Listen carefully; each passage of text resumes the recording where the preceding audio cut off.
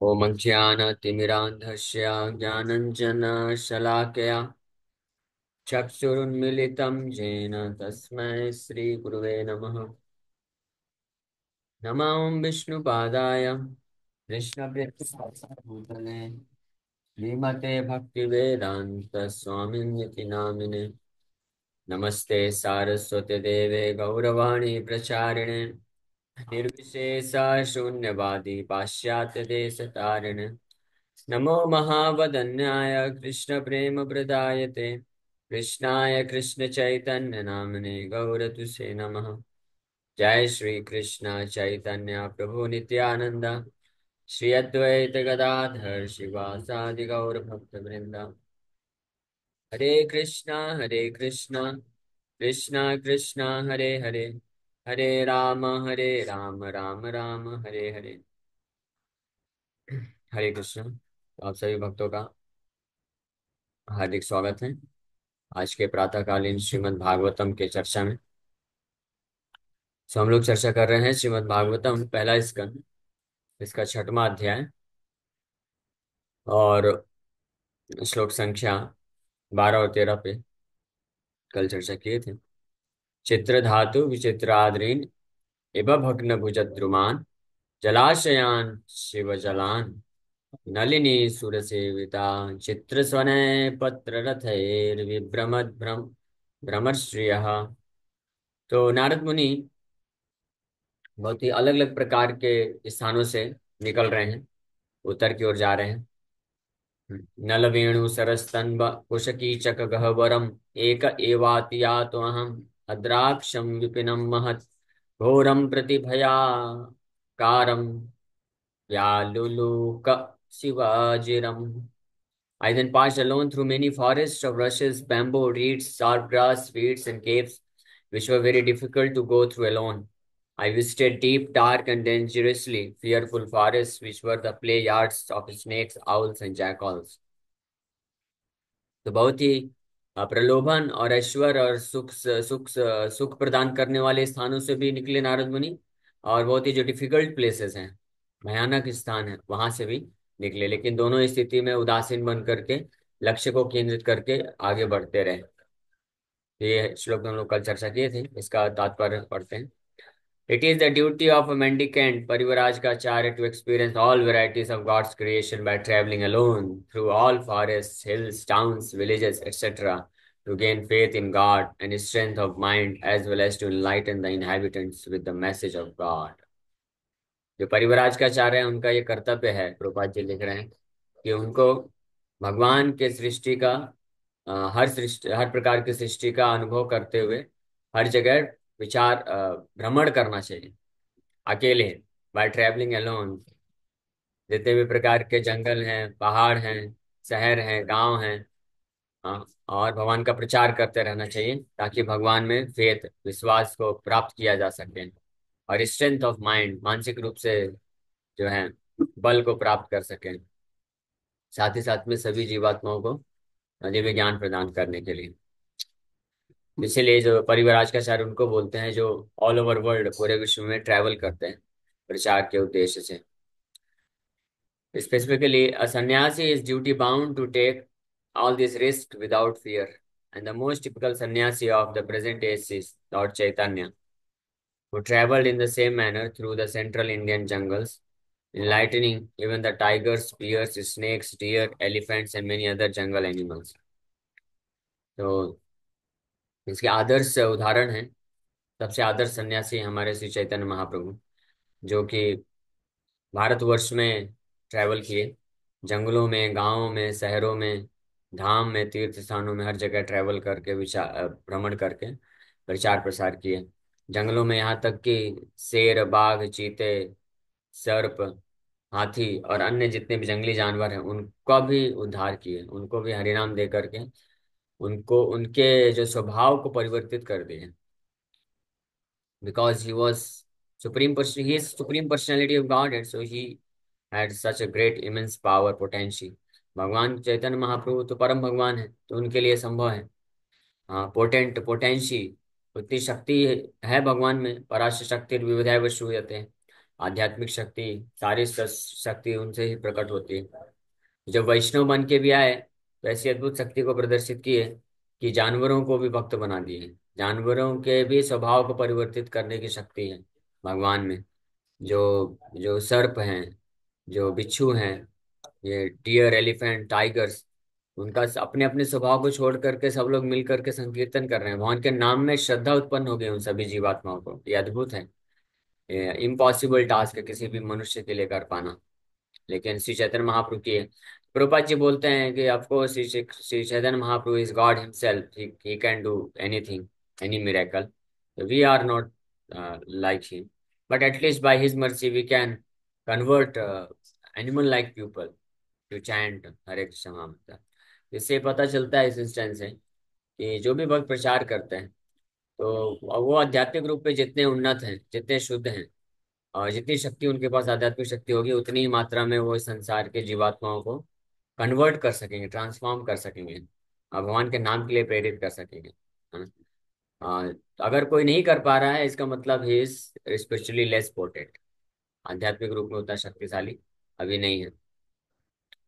तो भगवान की कृपा से ये संभव हो पाता है। जैसे हम लोग हैं, हम लोग प्रचार करते हैं, प्रयास करते हैं, लेकिन कहाँ कुछ होता है। जिनको श्रद्धा है उन्हीं को हम बस बोलते हैं नाम जप करो, नाम जप करते हैं। और जो श्रद्धा विहीन है, तो हमारे पास उतनी शक्ति नहीं है कि हमारे इंस्ट्रक्शन से वो कन्वर्ट हो सके। हाँ, उनको कोई प्रभाव ही नहीं पड़ता, कोई फर्क नहीं पड़ता है।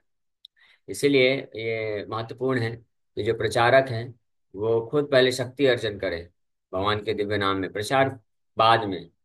हाँ, प्रचार जन्म सार्थक करी, करो परोपकार।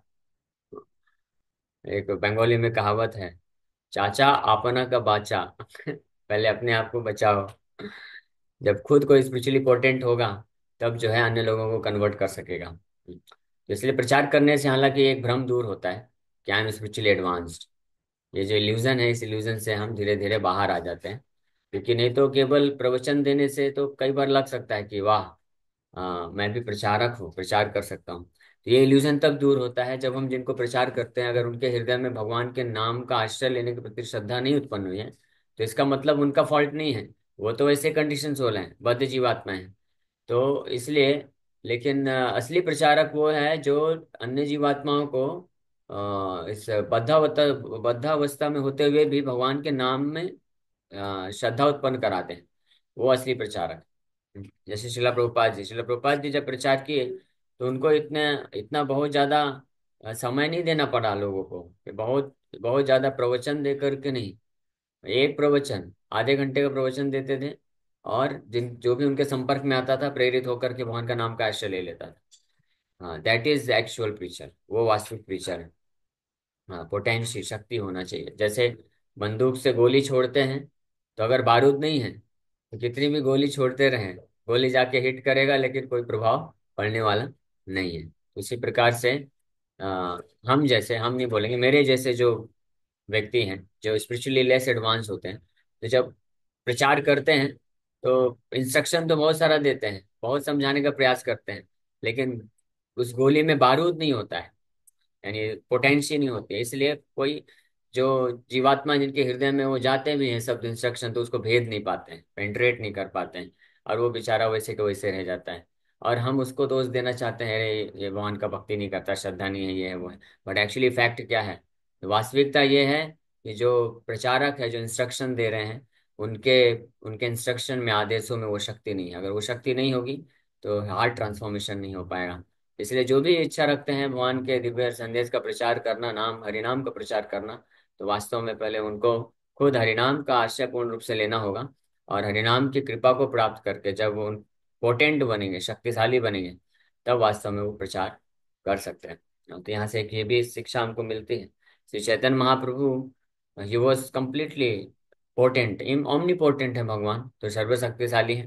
तो जानवरों को भी, जानवरों के हृदय में भी नाम के प्रति श्रद्धा उत्पन्न करा दिए, जानवर भी हरिनाम ले रहे हैं। हाँ, हाँ, प्रभुपाद जी जैसे महान शुद्ध वैष्णवाचार्य, हिप्पी जैसे, वो भी जानवर ही हैं, जानवर से भी गए गुजरे। तो शिला प्रभुपाद जी भी श्री चैतन्य महाप्रभु के शुद्ध भक्त होने के कारण जानवरों जैसे हिप्पी मनुष्यों को भी नाम के प्रति श्रद्धा उत्पन्न करा दिया और भगवान के शुद्ध भक्त बना दिए। नामाचार्य हरिदास ठाकुर वो प्रोस्टिट्यूट को प्रचार किया मात्र 3 दिन, और कुछ बोले भी नहीं। आखिरी में बस बोले, आखिरी दिन 3 दिन तक वो जो वैश्या थी हरिदास ठाकुर के पास आके बैठी, बस नाम सुन रही थी। कोई भगवत गीता भागवतम का लेक्चर भी नहीं दिया उनको। 3 दिन के बाद उसका हृदय परिवर्तित हो गया, वो समर्पण कर दी। और फाइनली हरिदास ठाकुर बस इतना बोलते हैं कि हाँ, आप ने जो भी पापमय कार्य से ये धन अर्जन किया है, ये सब को त्याग दो, इसको वैष्णव ब्राह्मणों में बांट दो, और पूरी तरह से विरक्त होकर के अपना हेड शेविंग करके, सोचो माता जी को बोल रहे हैं हेड शेविंग करके, और माता जी इतनी श्रद्धा उत्पन्न हो गई, तुरंत हेड शेविंग करके आ गई। यहाँ पे हम यूथ को बोलते रहते हैं दाढ़ी वाड़ी काट लो, कोई फर्क ही नहीं पड़ता है। सालों सालों से बोलते रह जाते हैं, क्योंकि शक्ति नहीं है ना, तो कहाँ से फर्क पड़ेगा, ट्रांसफॉर्मेशन आएगा ही नहीं। तो हरिदास ठाकुर के वचनों को सुन करके वो प्रोस्टिट्यूट इमीडिएटली अपने सारे गंदे कार्यों को त्याग देती है, और सफेद धोती साड़ी पहन के और हेड शेव करके आ जाती है। और उसी गुफा में जहाँ पे हरिदास ठाकुर बैठ के 192 वाला जप करते थे, वहां पे उस गुफा उसको दे देते हैं गिफ्ट के रूप में, लो ये भजन कुटीर लो, और आज से 192 राउंड चैंटिंग करो। हरिदास ठाकुर आगे निकल जाते हैं, दूसरे गांव में चले जाते हैं, बस फिनिश। उसके बाद दोबारा मिले भी नहीं होंगे। एक बार 3 दिन में का ट्रांसफॉर्मेशन किए, दीक्षा दिए, 192 वाला जप करने के लिए प्रेरित किया, हरिदास ठाकुर आगे निकल गए अन्य लोगों को प्रचार करने के लिए। और ये जो वैश्य थी, ये महान भक्त शुद्ध वैष्णव बन करके 192 वाला डेली जप करने लग गई। हाँ। और हमारे साथ क्या होता है, हम प्रचार करते हैं तो बार बार फॉलो अप करना पड़ता है, प्रभु 16 माला हो रहा है कि नहीं हो रहा, 16 माला भी नहीं होता है। हाँ, तो इसका मतलब है कि हमको इंटेंस हो जाना चाहिए भगवान के नाम जप करने में। सम और अदर कभी कभी इल्यूजन में कोई भक्त फंस जाता है कि now I can also preach, I am a preacher. हमको कभी इल्यूजन में नहीं आना चाहिए। एक्चुअल प्रीचर, वास्तविक प्रचारक कौन है? श्रील प्रभुपाद जी हैं। भगवान श्री चैतन्य महाप्रभु प्रभुपाद जी वास्तविक प्रचारक हैं। इसलिए हमारा कर्तव्य है कि अन्य लोगों को श्रील प्रभुपाद जी से जोड़ें। प्रभुपाद जी के लेक्चर सुनेंगे, प्रभुपाद जी के गीता भागवत को पढ़ेंगे, तो प्रेरित हो सकते हैं। और हमको भी साथ ही साथ में प्रेरणा लेना चाहिए कि हम भगवान के नाम का तीव्रता से आश्रय लें, और इस प्रकार से पहले पोटेंट बन जाएं, शक्तिशाली। इसलिए महाप्रभु बोले कि जन्म सार्थक करी करो परोपकार। पहले अपने अपना खुद का जन्म सार्थक करना चाहिए और अन्य लोगों को। लेकिन हम लोग प्रचार छोड़ नहीं सकते हैं, ये हमारा मूवमेंट नहीं है। श्रील प्रभुपाद जी ये रिकमेंड नहीं किए कि पहले जन्म सार्थक करेंगे उसके बाद फिर प्रचार करेंगे। लेकिन प्रचार करना, रिस्पॉन्सिबिलिटी लेना है, जैसा प्रभुपाद जी ने आज्ञा दिया है। लेकिन गुरु का दायित्व नहीं उठा, गुरु का पोजीशन नहीं ले सकते हैं। रिस्पॉन्सिबिलिटी को एग्जीक्यूट करना है, लोगों को कनेक्ट करना है, ज्यादातर ज्यादा से ज्यादा लोगों को श्रील प्रभुपाद जी से कनेक्ट करना है। ये हमारा जिम्मेदारी है। उसमें से जो फॉर्चुनेट होंगे, भाग्यशाली होंगे, प्रभुपाद जी की शिक्षाओं को एक्सेप्ट करके आगे बढ़ सकते हैं। जो अनफॉर्चुनेट हैं, उनके लिए फिर कोई शुद्ध वैष्णव अगर आता है सामने, तो उद्धार कर सकता है। एक शुद्ध वैष्णव के प्रभाव से जो अनफॉर्चुनेट सोल्स होते हैं, जो दुर्भाग्यशाली, दुर्भाग्यशाली जीव कौन है इस संसार में? दुर्भाग्यशाली जीव वो हैं जिनको भगवान के नाम में श्रद्धा नहीं उत्पन्न होती है। दुर्दैवम ईदृशम जनिना अनुरागा। महाप्रभु ये अपने खुद के एग्जाम्पल से बताते हैं। नाम नामकारी बहुधा निज सर्व शक्ति, तत्रार्पिता नियमित स्मरणे न कालः। एतार्दसी तव कृपा भगवन् ममापि, दुर्दैवमीदृशमिहा जनिनानुरागः। हे भगवान, आप अपने दिव्य नाम के रूप में अपने आप को उपस्थित करने के लिए तैयार हैं। आप हमारे ऊपर कृपा करने के लिए आप खुद आने को तैयार हैं आपके दिव्य नाम के रूप में। और इन नामों में आपने अपनी सारी शक्ति निवेशित कर दी है। लेकिन दुर्दैव, मेरा बड़ा दुर्भाग्य है कि मुझे बाकी सब में पूरी श्रद्धा है, केवल आपके नाम में श्रद्धा नहीं। आपके नाम में कोई रुचि उत्पन्न नहीं हुई आज तक। मैं अपने आप को इस समस्याओं से दूर करने के लिए बहुत सारे अलग अलग तरीके अपनाता हूँ, लेकिन चुपचाप बैठ के आपके नाम का आश्रय लेने की मेरे को बिल्कुल श्रद्धा नहीं। ये दुर्दैव है, ऐसा दुर्भाग्य है। और इस प्रकार का दुर्भाग्य जिस व्यक्ति, जो जो इस प्रकार का दुर्भाग्यशाली व्यक्ति होता है, वो वास्तव में किसी अन्य व्यक्ति के द्वारा कन्वर्ट नहीं हो सकता है, श्रद्धा उत्पन्न नहीं कर सकता है, अनटिल अनलेस कोई शुद्ध वैष्णव का संपर्क न मिल जाए। केवल और केवल किसी शुद्ध वैष्णव के संपर्क में आने से, उनका संग प्राप्त करने से, उनका सेवा करने से, उनके द्वारा इंस्ट्रक्शंस आदेशों को प्राप्त करने से व्यक्ति के हृदय में हरिनाम के प्रति श्रद्धा उत्पन्न हो सकती है, और वो तीव्रता से भगवान के नाम का आश्रय ले सकता है। हाँ, और इस प्रकार से माया से मुक्त होता है, मुक्त हो सकता है। इसीलिए चैतन्य चरितमृत में कविराज गोस्वामी वर्णन करते हैं कि कृष्णेर सेवन कृष्ण भजे, ततो कृष्ण भजे करे गुरुर सेवन, तत् ततो कृष्ण भजे करे गुरुर सेवन, सत कृष्ण भजे ताते कृष्ण भजे करे गुरुर सेवना माया जाला छूटे पाया कृष्णेर चरण। ये तरीका है। हाँ, जब कोई गुरु का सेवा करता है, कौन से यहाँ पे कौन से गुरु की बात की जा रही है? हरिनाम चिंतामणि में हम लोग डिस्कस कर रहे हैं। हरिदास ठाकुर, भक्तिनाथ ठाकुर स्पष्ट बताते हैं, शिक्षा गुरु दीक्षा गुरु मतलब शुद्ध वैष्णव होना चाहिए। शुद्ध वैष्णव को शिक्षा गुरु दीक्षा रूप गुरु के रूप में स्वीकार करना चाहिए। तो जब ऐसा कोई सौभाग्यशाली जीव है, जो हालांकि दुर्भाग्यशाली है क्योंकि नाम में रुचि नहीं है, लेकिन उसका परम सौभाग्य अगर हो जाता है कि किसी शुद्ध वैष्णव को गुरु के रूप में प्राप्त कर लेता है, तो ऐसे गुरु का सेवा करने से, करे गुरु र सेवन, तब वो जो है कृष्ण का भजन करने में निष्ठा उत्पन्न हो जाती है। फिर माया जाल छूटे पाए कृष्ण चरण, माया की जाल से अपने आप इमीडिएटली मुक्त हो जाता है। माया के जाल से छुटकारा पाना, ये बस एक एक चुटकी का काम है, एक सेकंड का काम है, कोई बहुत बड़ा इसमें दिक्कत नहीं है। लेकिन अगर कोई शुद्ध वैष्णव का आश्रय प्राप्त नहीं किया है, तो वो एक जन्म नहीं, करोड़ों करोड़ों जन्म भी भटकता रहेगा, माया के जाल से छूट नहीं सकता है। लेकिन शुद्ध वैष्णव का सेवा करने से में इतनी शक्ति है कि इमीडिएटली माया के जाल से छूट सकता है और कृष्ण के चरण में पूर्ण रूप से आश्रय प्राप्त कर सकता है। हाँ, that is the effect of associating with a pure devotee. शुद्ध वैष्णव का संग करने का ये इफेक्ट है, उनको सेवा करने का ये इफेक्ट है। सो इन दिस एज ऑफ कली, संन्यास is forbidden for ordinary man. One who changes his dress to make propaganda is a different man from the original ideal sannyasi. One should, however, take the vow to stop social intercourse completely and devote life exclusively to the service of the Lord. The change of dress is only a formality. Lord Chaitanya did not accept the name of a sannyasi, and in this age of Kali, the so-called sannyasis should not change their former names, following in the footsteps of Lord Chaitanya. In this age, devotional service of hearing and repeating the holy glories of the Lord is strongly recommended, and one who takes the vow of renunciation of family life need not imitate the Parivrajkachar like Narada or Lord Chaitanya, but may sit down at some holy place and devote his whole time and energy to hear and repeatedly chant the holy scriptures left by the great acharyas like the six Goswamis of Vrindavan. तो संन्यास लेने का जो उद्देश्य है, कलयुग में संन्यास वर्जित है। हाँ, लेकिन कोई व्यक्ति अपने आप को घर गृहस्थी के जंजालों से मुक्त करके, बिना संन्यास लिए परिव्राज का चार्य ना बन करके, वो कहीं पे ऐसे स्थान पे रह सकता है जहाँ पे चाहे फैमिली के साथ ही रहे, लेकिन भौतिक कार्यकलापों में ज्यादा उलझना नहीं चाहिए। एक बार अगर सेटल हो गए, तो उसके बाद पूरी तरह से त्याग भी देना चाहिए और चुपचाप बैठ करके जो महान आचार्यों के द्वारा जो ग्रंथ दिए गए हैं उसको श्रवण कीर्तन करना चाहिए, नाम जप निरंतर श्रवण कीर्तन करना चाहिए। ये अगर कोई करता है तो परफेक्शन हासिल कर सकता है। लेकिन ऐसे कोई शुद्ध वैष्णव हैं जो पूर्ण रूप से शुद्ध हैं, पोटेंट हैं, शक्तिशाली हैं, उनको संन्यास लेकर के परिवराज का आचार्य बनना चाहिए। जैसे चैतन्य महाप्रभु प्रस्तुत किए, चैतन्य महाप्रभु के पद चिन्हों में पालन करके गौड़ी वैष्णव, ऐसे कई गौड़ी वैष्णव आचार्य हुए हैं जो परिवराज का आचार्य बने, जो कि पूरे ऑल ओवर वर्ल्ड में भ्रमण करते हैं, ट्रैवल करते हैं और लोगों को प्रेरित करते हैं भगवान का पूर्ण रूप से आश्रय लेने के लिए। अदरवाइज अन्य लोगों को ये आवश्यकता नहीं है, उनको अपने आप को जो है भगवान के भजन में तीव्रता से लगा देना चाहिए। तो इस प्रकार से नारद मुनि अलग अलग परिस्थितियों से होकर के गुजर रहे हैं, लेकिन अविचलित भाव में विचलित नहीं हो रहे हैं। और जस्ट लाइक परिवराज का आचार्य की तरह ही 5 वर्ष के बालक ही है, ज्यादा उम्र नहीं है, लेकिन फिर भी क्योंकि हृदय परिवर्तित हो गया, ट्रांसफॉर्म हो गया उन भक्ति उदांतों की कृपा से, तो वो आसानी से कृष्ण को ही हृदय में धारण करके हर परिस्थिति से निकलते जा रहे हैं।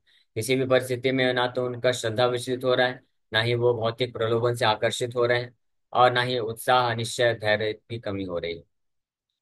परिश्रांतेन इंद्रियात्माहं त्रितपरितो बुभुक्षिता स्नात्वा पीत्वा हृदय नद्या उपस्पृष्टो गतश्रमः। Thus traveling, I felt tired both bodily and mentally, and I was both thirsty and hungry. So I took a bath in a river lake and also drank water.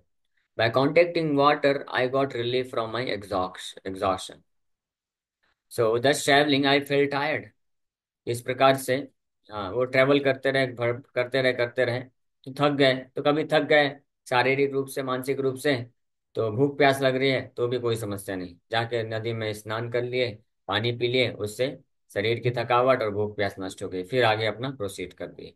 तो इससे ये पता चलता है कि नारद मुनि हालांकि दिव्य अवस्था में है, शुद्ध उनके पास दिव्य ज्ञान है, और पूर्ण रूप से भगवान को समर्पित हैं, लेकिन फिर भी शरीर और मन के जो शरीर और मन तो भौतिक है, तो जब तक इस भौतिक संसार में है, ये भौतिक शरीर और मन तो परेशान करेगा ही, अपने परिस्थितियों को तो प्रकट करेगा ही। भौतिक शरीर है, ये थकेगा भी, और मन है, ये भी थकेगा, भूख प्यास लगेगी, मन डिस्टर्ब भी होगा, ये सब होगा। लेकिन ये सब होने से विचलित नहीं हुए नारद मुनि। वो चलते जा रहे, आगे बढ़ते जा रहे। ठीक है, शरीर थक गया है, जाके तालाब में नदी में स्नान कर लिए, थोड़ा रेस्ट ले लिए। प्यास लगी है, भूख लगी है, तो पानी पी लिए, कुछ फल फ्रूट खा लिए, बस टेंशन क्यों लेना इतना। वो आगे बस करते रहे और आगे बढ़ते गए। इसमें भगवान इतना क्यों परेशान हो जाना कि मैं कुछ नहीं कर सकता। अब ये शरीर और मन के डिस्टर्बेंसेस से आत्मा डिस्टर्ब नहीं होना चाहिए, आत्मा का फंक्शन करते रहना चाहिए। अपने आप को हम शरीर और मन से अगर आइडेंटिफाई करेंगे, तो फिर हम डिस्टर्ब हो जाएंगे। शरीर और मन को भौतिक समझ करके ये जब डिस्टर्ब होता है, तो उसके अनुरूप जो सोल्यूशन है वो ले लेना चाहिए, वो मना नहीं किया जा रहा है। लेकिन वो हमारी साधना को, हमारे भक्ति को, सेवा को परेशान कैसे कर सकता है। वो नहीं करना चाहिए। अगर हमारा भौतिक शरीर और मन के विचलित होने से, परेशान होने से हमारी साधना डिस्टर्ब हो रही है, हाँ, और हम डिस्टर्ब हो जा रहे हैं, इसका मतलब कि हम अभी भी देहात्म बुद्धि में हैं, भौतिक चेतना में हैं। तो इसलिए उस भौतिक चेतना से ऊपर उठना चाहिए। ये बस बोलने से नहीं होगा, हाँ प्रभु जी मैं भौतिक चेतना में हूँ। तो क्यों भौतिक चेतना में है आप ऊपर क्यों नहीं उठ सकते हैं। हाँ, प्रभुपाद जी स्पष्ट बोले। प्रभुपाद जी को एक शिष्य बोलता है, प्रभुपाद जी आप महाभागवत भक्त हैं, शुद्ध भक्त हैं, इसलिए आपको कोई फर्क नहीं पड़ता है, आप आध्यात्मिक चेतना में रहते हैं। प्रभुपाद जी सिंपल उत्तर दिए, आपको किसने रोका है शुद्ध भक्त बनने से। शुद्ध भक्त बनने के लिए चार हाथ की जरूरत नहीं है। शुद्ध भक्त बनने के लिए बस एक चीज एक्सेप्ट, स्वीकार करने की जरूरत है कि कृष्ण मेरे परम स्वामी है, परम भगवान है, मैं उनका नित्य सनातन दास हूँ। और हर स्थिति में मुझे उनका सेवा करना और उनका चरण कमलों का आश्रय लेना, ये एकमात्र मेरा कर्तव्य है। That's all. ये अगर कोई स्वीकार कर लेता है तो वो शुद्ध भक्त है। भले अभी प्रारंभिक अवस्था में कच्चा शुद्ध भक्त होगा, जैसे कच्चा आम पका आम, बस कोई ज्यादा अंतर नहीं है, कुछ समय बाद पक जाएगा। तो इस तरह से ये कोई भी बन सकता है, ये कोई बहुत बड़ी चीज नहीं है। इसमें बस स्वीकार करने वाली बात होती है। हम स्वीकार करना चाहिए कि हम कृष्ण के हैं, कृष्ण हमारे हैं। तो मैं अपने आप को किसी और को कैसे दे सकता हूँ, मैं और किसी से क्यों डिस्टर्ब हो जाऊं। अगर डिस्टरबेंस आता भी है मन में, शरीर में, तो मन और शरीर का प्रॉब्लम है, मुझे क्या करना है इससे देना। इसलिए कल भी हम लोग चर्चा कर रहे थे, कृष्ण व्रता नाम बन जाना चाहिए। कृष्ण व्रता नाम का मतलब है कृष्ण के अतिरिक्त कोई और नहीं, कृष्ण तो कृष्ण, बस दैट्स ऑल। अगर ये कोई डिसाइड कर लिया है, तो भौतिक संसार में विचलन आने पर भी विचलित भी होगा, मन विचलित भी हो जाएगा, शरीर भी विचलित हो जाएगा, शरीर भी डिस्टर्ब हो गया, मन भी डिस्टर्ब हो गया, लेकिन वो व्यक्ति डिस्टर्ब, भक्त डिस्टर्ब नहीं होगा। इस वो फिर भी जो है, जो आचार्यों की वाणी है उसको पालन करने का पूरा प्रयास करता रहेगा। So a travelling mendicant can meet the needs of the body, namely thirst and hunger, by the gifts of nature without being a beggar at the doors of the householders. The mendicant therefore does not go to the house of a householder to beg, but to enlighten him spiritually.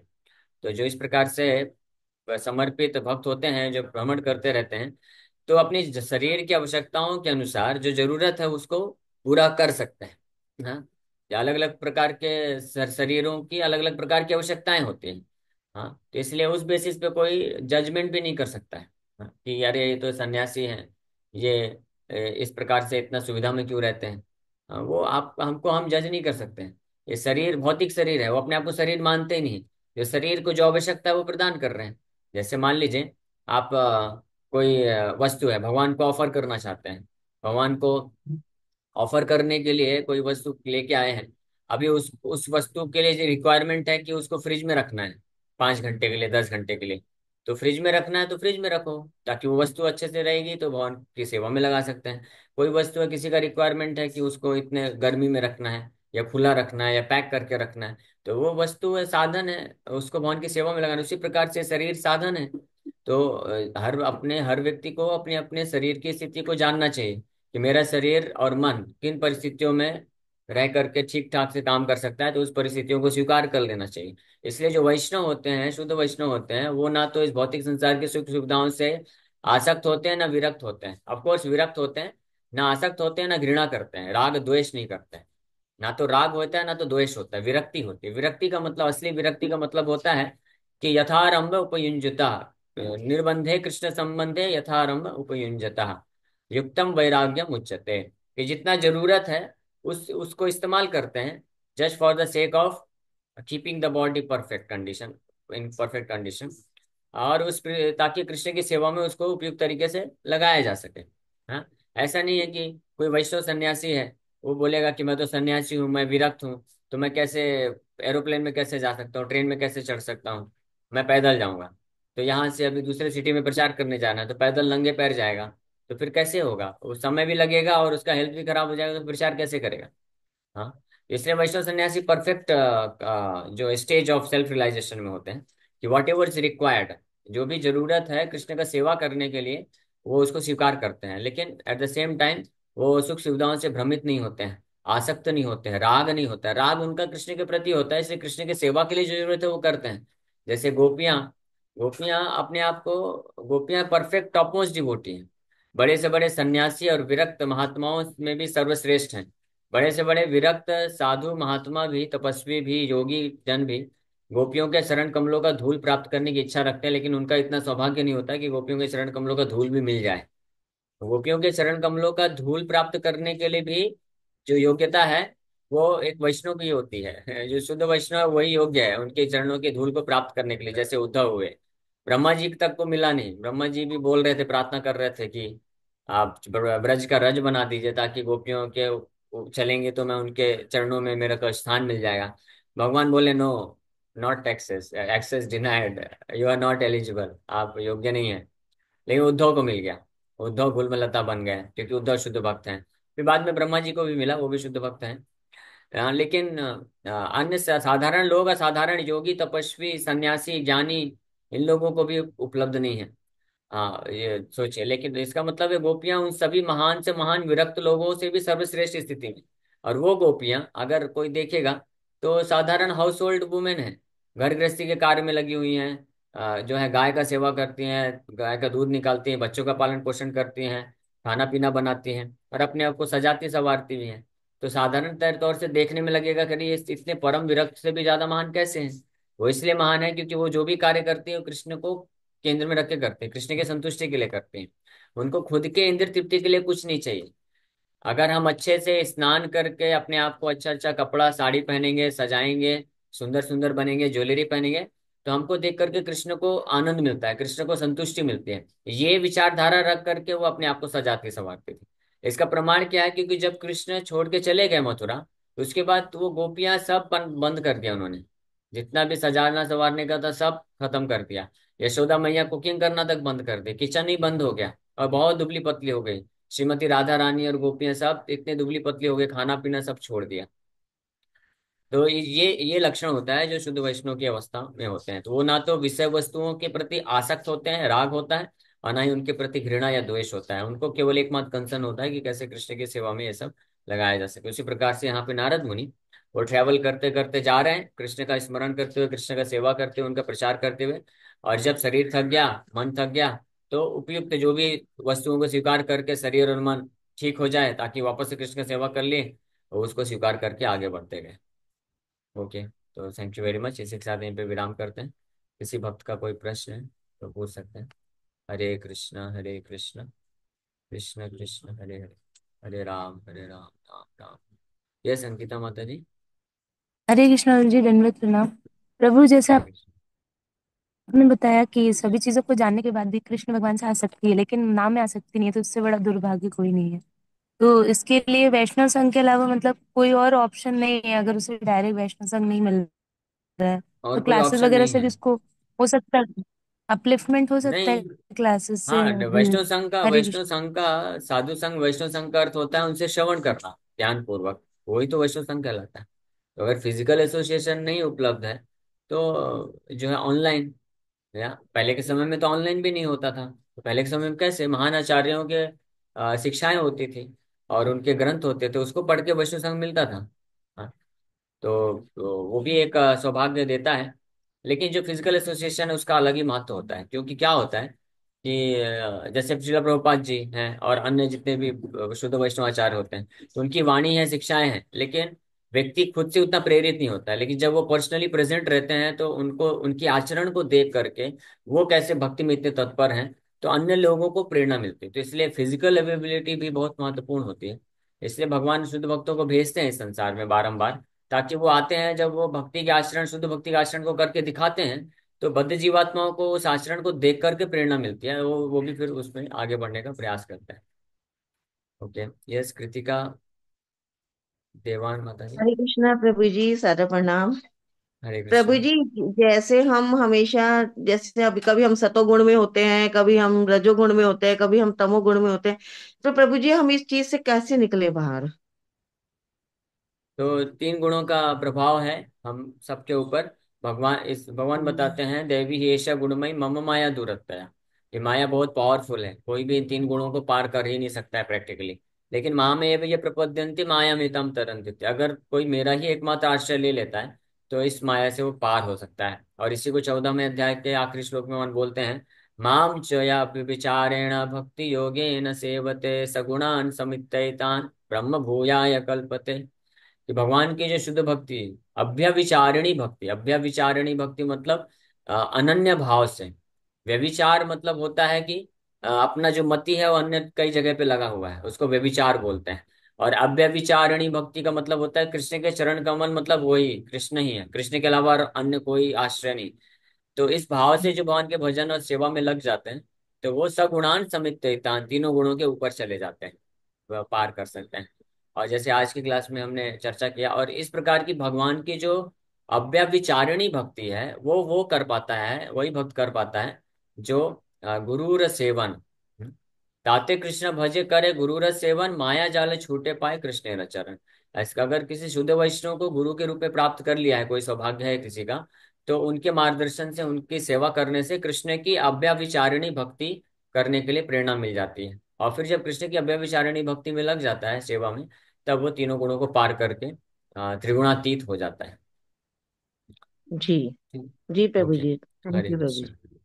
और कोई प्रश्न है किसी वक्त? हरे कृष्ण। हरे कृष्णा प्रभु जी। हरे कृष्ण। प्रभु जी जेपी कब आएंगे? आज सपने में देखी कि जेपी आए हुए हैं। हरे कृष्ण। अच्छा, ठीक है। तो समझ लीजिए आ ही गया, मानसिक रूप से सपने के रूप में पहुंच गया। अब फिजिकली तो संभव नहीं है, पता नहीं नहीं कब हो प्रभु, पाएगा। पता है इतना बहुत अच्छे से हमने देखा कि कीर्तन की तैयारी करना है, लेकिन किए नहीं हम लोग, नींद खुल गई। पर बहुत अच्छा लगा। ठीक है, आप प्रार्थना करिए, भगवान जब इच्छा रखेंगे तब आना हो पाएगा। देखते हैं। ऐसे अब कुछ प्लान नहीं है अभी, क्योंकि मुंबई में इतना सेवा है कि यहाँ से एक दिन भी कहीं जाने का इच्छा नहीं होता है। लेकिन अगर भगवान चाहेंगे कहीं पे सेवा का आवश्यकता है तो उधर ट्रैवल किया जा सकता है। यस अंकिता माता जी। प्रभु जस्ट ये बताया था कि वीर कृष्ण प्रभु आए थे, तो रियल में उनके होने से, उनके मतलब दूर से वो कम्युनिकेशन नहीं भी करें तो जस्ट लाइफस्टाइल देख के ना बहुत कुछ इफेक्ट आता है, बाय विदाउट सेइंग ऐसा तो बहुत कुछ कहते हैं, मतलब वैष्णव भक्त जो भी आए उनकी संगत का बहुत पॉजिटिव इफेक्ट पड़ता है घर में। यस, सही बात है। इसलिए हमको पूरा प्रयास करना चाहिए कि वैष्णव का संग प्राप्त करें।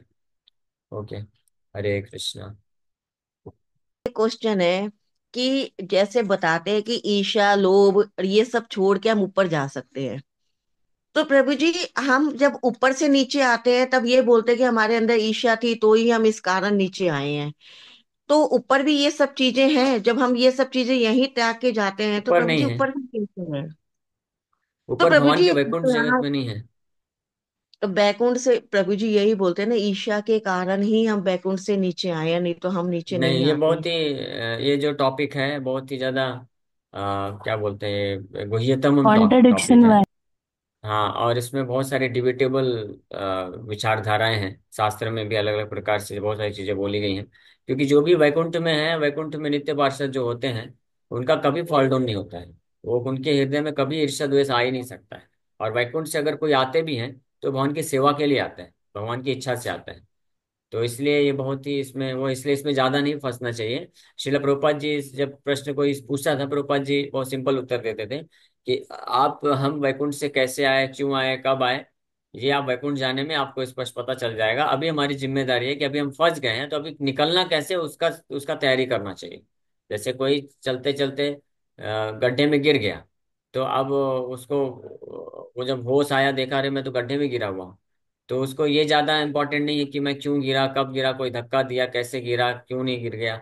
इस पे ज्यादा विचार नहीं करना चाहिए। उसको ये सोचना चाहिए कि मैं बाहर कैसे निकलूं। अच्छा, रस्सी दिख रही है, चलो रस्सी पकड़ के हाँ पहले निकल तभी तो जाता हूँ। फिर बाद में इस जी पे प्रभु विचार जी, करेंगे। आपकी बात ठीक है, मैं ये नहीं कह रही। मेरा कहने का मतलब ये है कि अगर हम ये सब चीजें छोड़ के जाते हैं तो ऊपर क्यों है फिर ये सब चीजें? वही तो बोल रहा हूँ कि ऊपर है कि नहीं है, ये बहुत डिबेटेबल टॉपिक है। ऊपर नहीं है, वैकुंठ में ईर्ष्या द्वेष हो ही नहीं सकता है, अदरवाइज वो व्यक्ति वैकुंठ में रह ही नहीं पाएगा। ये स्पष्ट शास्त्रों में बताया है। और रही बात, ये आप पूछ सकते हैं कि क्या गारंटी है कि हम ऊपर जाएं, फिर से ऊपर से हम वापस जाने के बाद, वैकुंठ में जाने के बाद वापस हमारा पतन ना हो। तो इसका उत्तर है, भगवान गीता में स्पष्ट बोलते हैं, यद गतवान अनिवर्तन्ते तद धाम परमम मम। जो मेरे धाम को प्राप्त कर लेता है एक बार भी, उसको वापस से पुनर्जन्म नहीं लेना पड़ता, वापस से वो नहीं आएगा, ये गारंटीड है। तो हम कृष्ण के शब्दों में पूर्ण रूप से विश्वास करते हैं, और इसलिए हम एश्योर्ड हैं कि, इसलिए हम पूरी दृढ़ता के साथ, उत्साह के साथ भक्ति मार्ग में अपने आप को लगा देते हैं कि अगर हम एक बार भी इस भौतिक जगत जगत से मुक्त होकर के वैकुंठ धाम जाते हैं, तो भगवान कृष्ण ने गारंटी दिया है कि वापस से हमारा पतन नहीं होगा। तो हमको पूर्ण विश्वास होना चाहिए। और हमारा पतन क्यों हुआ, क्या कारण है, ये बहुत ही ये इसका कोई पर्टिकुलर एक नहीं बोला जा सकता, क्योंकि कई जगह ऐसा भी बोलते हैं कि हम कभी वैकुंठ में थे ही नहीं, हम लोग नित्य बद्ध हैं। इसलिए शास्त्र में ये भी टर्म आया है, नित्य बद्ध नित्य सिद्ध। तो जो वैकुंठ में है वो नित्य सिद्ध है, हमेशा से नित्य सिद्ध है। और जो नित्य बद्ध है, हम सब नित्य बद्ध है, तो हमेशा से हम भौतिक जगत में थे, लेकिन हमको अपॉर्चुनिटी मिल रहा है नित्य सिद्ध बनने का, तो हम वापस वैकुंठ जा सकते हैं। तो अब इसमें भी बहुत सारे प्रश्न उठेंगे कि हम ही क्यों नित्य बद्ध बने गए, ऐसा क्या कर दिया हमने। तो इसलिए इसमें बहुत ये गुह्यतम है। ब्रह्मा जी भी इसके बारे में नहीं जानते हैं, ये आप जान लीजिए। ब्रह्मा जी भी अनादि कर्म फला, जीवात्मा का इस भौतिक संसार में अनादि काल से जन्म हो रहा है। ब्रह्मा जी भी पूरा कैलकुलेट नहीं कर सकते कि कब से जन्म हो रहा है। इसलिए इस पे ये केवल और केवल भगवान कृष्ण जानते हैं। इसलिए जब उनके धाम में लौटेंगे, भगवान कृष्ण अच्छे से बैठा करके आपको पूरा समझा देंगे कि कैसे आप इस भौतिक जगत में फंसे थे।